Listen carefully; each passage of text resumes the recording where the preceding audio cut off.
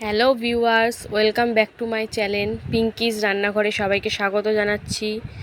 আজকে আবার হাজির হয়ে গেছি একটি নতুন রেসিপির সাথে। আজকের রেসিপি হলো লোটে মাছের চপ বা ফ্রাই। এটি কিন্তু গরম ভাতের সাথেও খুব ভালো লাগবে, আর সন্ধেবেলার স্ন্যাক্স হিসেবেও খুব ভালো লাগবে। তো আশা করছি ভিডিওটা তোমাদের ভালো লাগবে, আর ভিডিওটা অবশ্যই প্রথম থেকে শেষ অবধি দেখবে। যদি ভালো লাগে অবশ্যই লাইক করবে, কমেন্ট করবে, সকলের সাথে শেয়ার করবে। আর এরকম নতুন নতুন রেসিপি পেতে হলে অবশ্যই আমার চ্যানেলটা সাবস্ক্রাইব করে নেবে, পাশে থাকা বেল আইকন সমেত। তাহলে আমার নতুন নতুন ভিডিওর আপডেট তোমাদের কাছে খুব সহজেই পৌঁছে যাবে নোটিফিকেশনের দ্বারা। তো চলো শুরু করে দিই আজকের রেসিপি, লোটে মাছের চপ বা ফ্রাই। প্রথমেই আমি এখানে লোটে মাছটা ভালো করে কেটে ও ধুয়ে নিয়েছি, দেখতেই পাচ্ছ। তো এবারে এটাকে একটু ম্যারিনেশন করতে হবে, মানে ম্যারিনেট করে রেখে দেব। তো প্রথমে দিয়ে দিচ্ছি এখানে আদা বাটা, যেহেতু আমার পরিমাণটা কম সেহেতু সেই কম মশলাই দিচ্ছি। দিয়ে দিচ্ছি রসুন বাটা, 1 চামচ মতন করেই দিচ্ছি সব। আর দিয়ে দেবো এতে আমি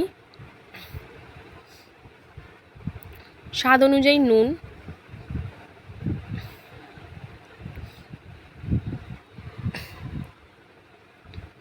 এবারে এতে আমি দিয়ে দেব 1/2 চামচ মতন সয়া সস দিলাম। সয়া সস দেওয়ার পর একটুখানি ঘেটে দিলাম। এবারে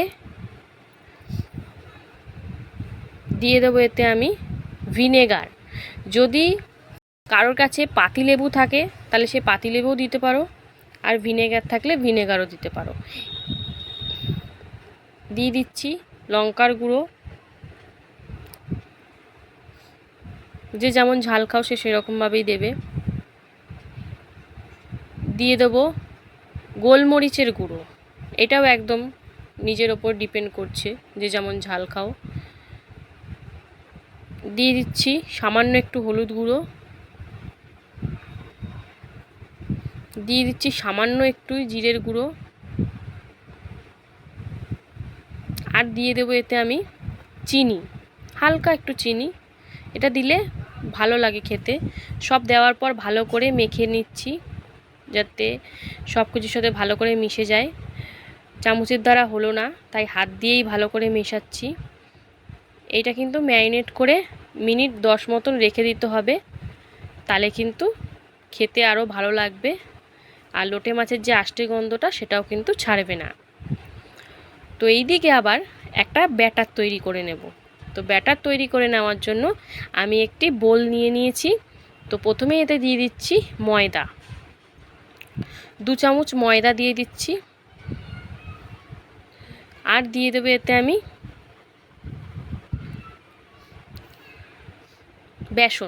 বেসনও 2 চামচই দিচ্ছি। তোমরা যদি কেউ বেসন না দিতে চাও তো কর্নফ্লাওয়ারও দিতে পারো।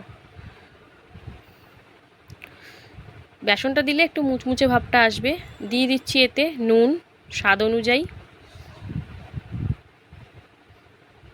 দিয়ে দেবো সামান্য একটু চিনি, যেহেতু ওখানে একটু চিনি দেওয়া আছে। আর দিয়ে দিলাম গোলমরিচের গুঁড়ো, একদমই অল্প দিয়েছি। এবারে আমি এতে দিয়ে দেবো আবার একটুখানি লঙ্কার গুঁড়ো। তোমরা যদি কেউ না দিতে চাও না দিতে পারো, স্কিপ করতে পারো, কিন্তু দিলে কিন্তু ভালো লাগবে। দিয়ে দিলাম জল। সব দেওয়ার পর ভালো করে এবারে মিশিয়ে নেব। একটু একটু জল দিয়ে গুলতে হবে, খুব বেশি পাতলা হয়ে গেলে ব্যাটারটা কিন্তু তখন ভালো লাগবে না।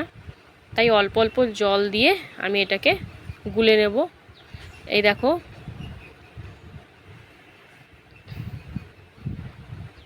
তোমরা এর ঘনত্বটা দেখে নাও, যেরকম ঘনত্ব সেরকমভাবেই কিন্তু তোমরাও করবে। যে যতটা পরিমাণে করবে এরকম ঘনত্বই যাতে থাকে।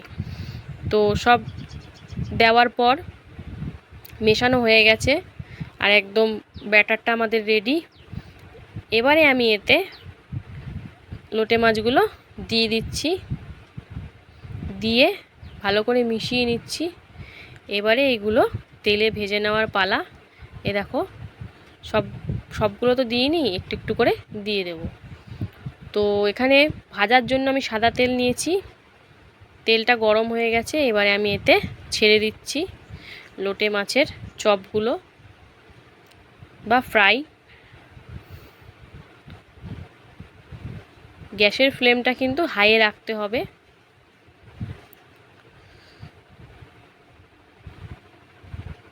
আমার এক পিঠটা ভাজা হয়ে গেছে, উল্টে দিয়ে আরেক পিঠটাও ভেজে নেব।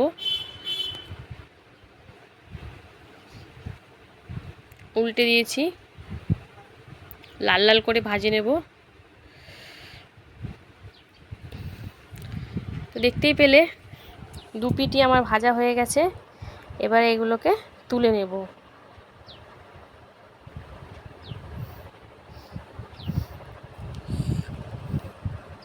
তুলে নিলাম সবগুলোকে। এবার বাদবাকি যে কটা আছে একই পদ্ধতিতেই ভেজে নিতে হবে। এটি কিন্তু দুপুরবেলা পাতলা মুসুর ডালের সাথে এই লোটে মাছের ফ্রাই বা চপ খুব ভালো লাগবে। আর সন্ধেবেলাও কিন্তু চা কফির সাথে ভালো লাগবে। তো দিয়ে দিলাম, দেখতেই পাচ্ছ। এবার এরকমভাবেই লাল লাল করে দু পিঠটা ভেজে নেব। দেখো আমাদের রেডি হয়ে গেছে লোটে মাছের চপ বা ফ্রাই। আশা করছি তোমাদের যে এই রেসিপিটা ভালো লাগবে। আর যদি ভালো লাগে অবশ্যই লাইক করতে ভুলো না, কমেন্ট করো, সকলের সাথে শেয়ার করো। আর এরকম নতুন নতুন রেসিপি পেতে অবশ্যই আমার চ্যানেলটাকে সাবস্ক্রাইব করো। দেখতেই পাচ্ছ খুব সুন্দর হয়েছে দেখতে, খেতেও তেমন সুন্দর হয়েছে।